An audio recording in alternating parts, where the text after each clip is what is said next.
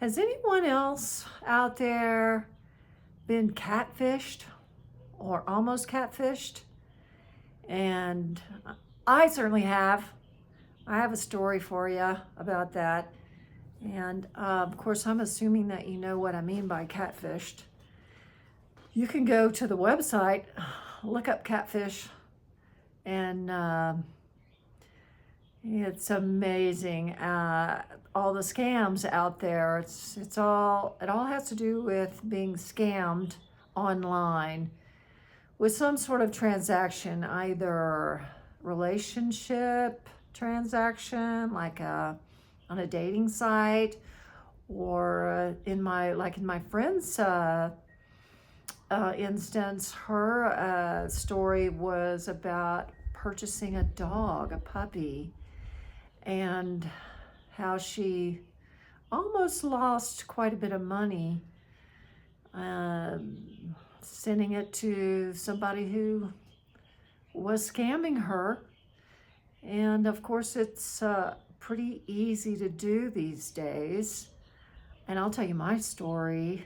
It's, when you live alone, along with the freedom, you also, sometimes deal with a little bit of loneliness. And at the time, I was actually dating someone, but he was making me crazy with his ambivalence and his polygamous, what do they call it? Polyamorous ideals. And so I'm not proud of it, but I was just determined to find someone else to make him jealous, or throw that back in his face, that I too could play at that game. And so that, I'm sure, had something to do with the fact that I was drawn in so far by this guy. Who knows who it actually was, but his picture was, I was on a dating site, and his picture was really nice, handsome guy, and we started chatting, and did I actually talk to him on the phone? This has been about, 5 years ago.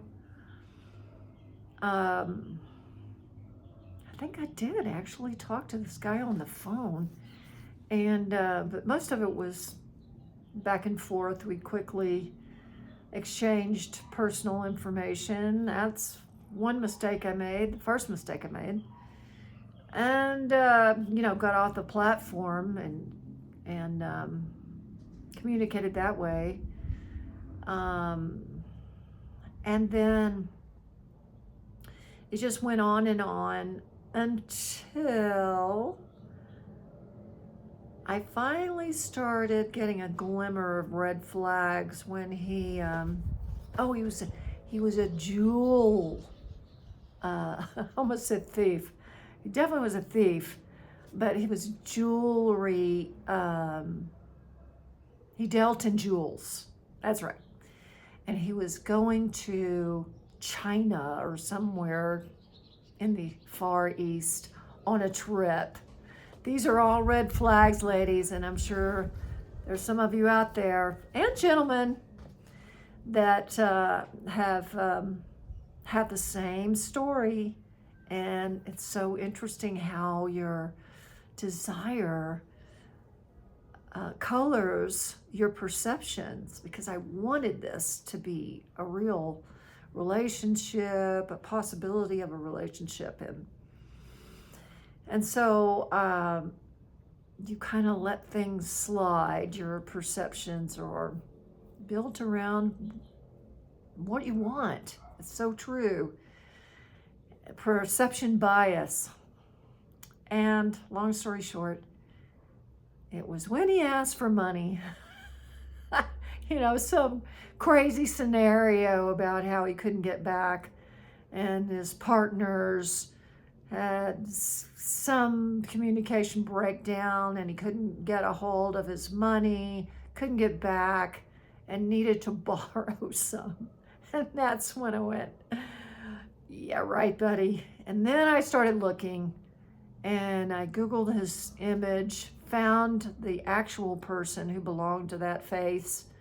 He was actually